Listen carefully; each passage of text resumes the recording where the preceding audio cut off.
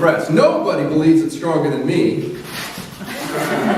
He went on to say that he would, quote, sue people like they've never been sued before because I'm not like other people. Trump's sense of righteous self-importance led him to threaten to open up libel laws. He's already demonstrated that even when he loses the cases, he often cripples his opponent because he drives him to spend so much money on court fees. He has enough money to do that. And Trump sees lawsuits as a perfectly acceptable way to wreak revenge for perceived or actual slights. In one TV interview in Miami, Trump shared his admiration for England's libel laws. Now, anybody who knows English libel laws, these laws are actually an international weapon. England allows citizens of other states to sue citizens of other states in England. And it led one Saudi businessman to sue a New York Times reporter. And it led the United States, New York actually, state, to pass the Libel Terrorism Protection Act to protect journalists from being sued overseas. So I wonder if our president-elect thinks that libel terrorism has a place in our system. That's a scary thought if you care about the First Amendment. It's especially alarming when you see how much Trump makes scapegoats and enemies in this country. Now, Democrats as well make enemies. It's part of the political game. I mean, basket of deplorables, etc. But no one has so effectively dehumanized large swaths of the population as Donald Trump. And such dehumanization is antithetical to ethical humanism. Let's look at his list of trumped-up enemies. You know them. He dehumanized Mexicans as being nothing but thieves, drug dealers, and rapists. He painted all immigrants as being greedy and shiftless threats to our safety, all Muslims as potential terrorists. He described all his political opponents not as people, but as caricatures that he could insult, like Lying Ted or Crooked Hillary. But the richest irony of it all is he used the media to make the media the enemy. He began by saying the liberal media was a tool of the corporate establishment, which gave him more of a populist image. He then added elitist to the press, reinforcing the claim that regular folks should trust him, not the elites. Soon he was calling Lane Street media dishonest, sleazy, not good people. He called them scum, slime, disgusting. He attacked individual reporters like Fox's Megyn Kelly or ABC's Tom Lamas or CNN's Jim Acosta. He blacklisted news outlets, banned freedom of the press at times. He blamed freedom of the press for a terrorist attack in New York. And he complained that the First Amendment gave the press, quote, too much protection. Susan Nozel, the executive director of the Pan American Center, said that advocates of press freedom found the presidential race the most distressing campaign in memory. For the first time ever, the Committee to Protect Journalists condemned a major party nominee for the presidency for his threats to the First Amendment. There's so many ways that Trump could try to limit and control public information. Time magazine warned that once installed in the White House, Trump will have a wider array of tools at his disposal. And his record suggests that more than his predecessors, he will try to use the press and control and subdue it. We can hope he takes a different tack.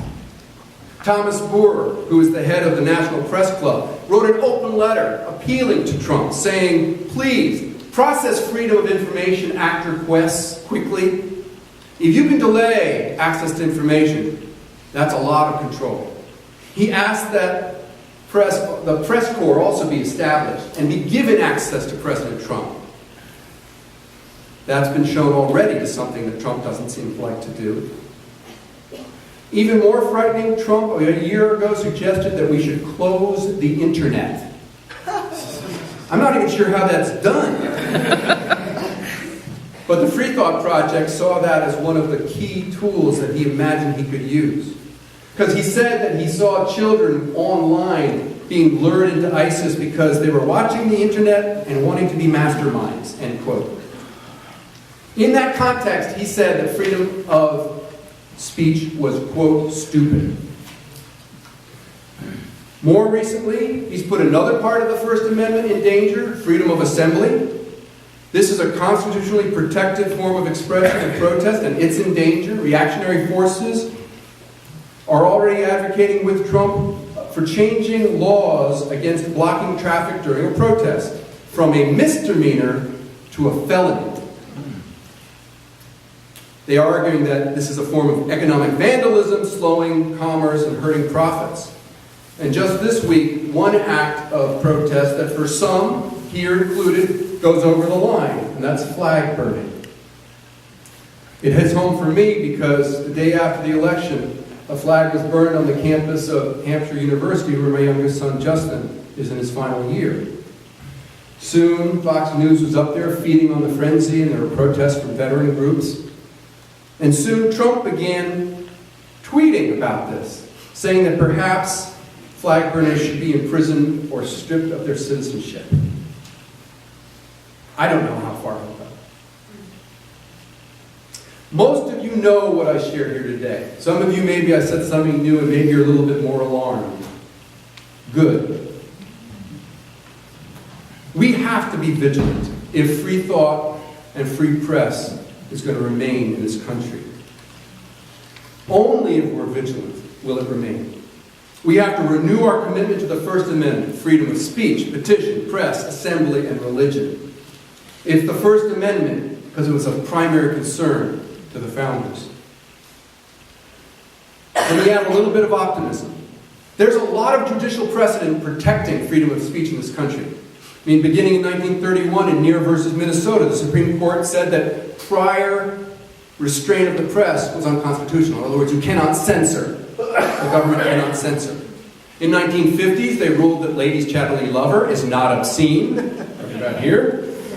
In 1964, New York Times versus Sullivan ruled that a public figure could win a libel suit only if they proved actual malice and reckless disregard for the truth, which is a very high bar.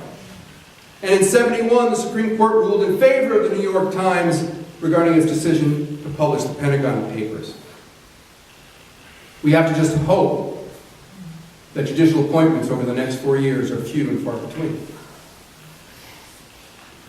Maybe we'll be pleasantly surprised by some conservative allies, because there is a tradition in the conservative wing of protecting free speech. Mike Pence, 10 years ago, co-sponsored a SHIELD bill, which would protect journalists from being forced to reveal anonymous sources. Pence said during that time, our founders did not put the freedom of the press in the First Amendment because they got good press. Quite the opposite was true, end quote. Pence, this was a guy who said after he was booed at Hamilton, he turned to his daughter and said, that's what freedom sounds like. Yeah. Other conservatives have defended flag burning. Scalia, the man who Trump said was one of the best justices of all time, defended the right to burn the American flag. In a 2012 CNN interview, Scalia said, we have a First Amendment which says the right of speech shall not be abridged. And it is addressed in particular to speech critical of government. I mean, that was what the main kind of speech the tyrants would seek to suppress. It's particularly criticisms of our president and our government that must be allowed. This is why the Supreme Court defended the right to desecrate the American flag in 1989 and 1990 when it ruled that the Flag Protection Act was unconstitutional. Even Trump, in 2013, tweeted a quote from George Washington saying, if the freedom of speech is taken away, then dumb and silent we may be led like sheep to the slaughter. Let's take the wisdom that he gave us and not let ourselves be sheep led to the slaughter. We must protect First Amendment rights. Support your favorite press outlet, whatever that is. I've been reading the Washington Post for years. I just subscribe to the New York Times, even though I don't have time. All 3 of my kids are getting subscriptions. I just doubled my contribution to the American Civil Liberties Union. I'm going to call my elected representative if I see censorship and First Amendment rights being eroded in bills coming through Congress. And I'm going to advocate more than ever for net neutrality. Because if net neutrality falls and the government and the corporations control the net, then we are in big trouble. And I know while some here do not support the disruptions of traffic on our city streets, if thousands of my fellow citizens are going to take their time and energy to protest in the streets, I hope our nation and our state and our city accommodates them. Freedom of expression and protest is the most important element of makes us unique compared to all other nations in the world. There is no place in the world where you can be as openly critical of your government as the United States. And if free thought advocates like Thomas Paine gave their life for that right, the least we can do is make sure that right is there for our children. Thank you.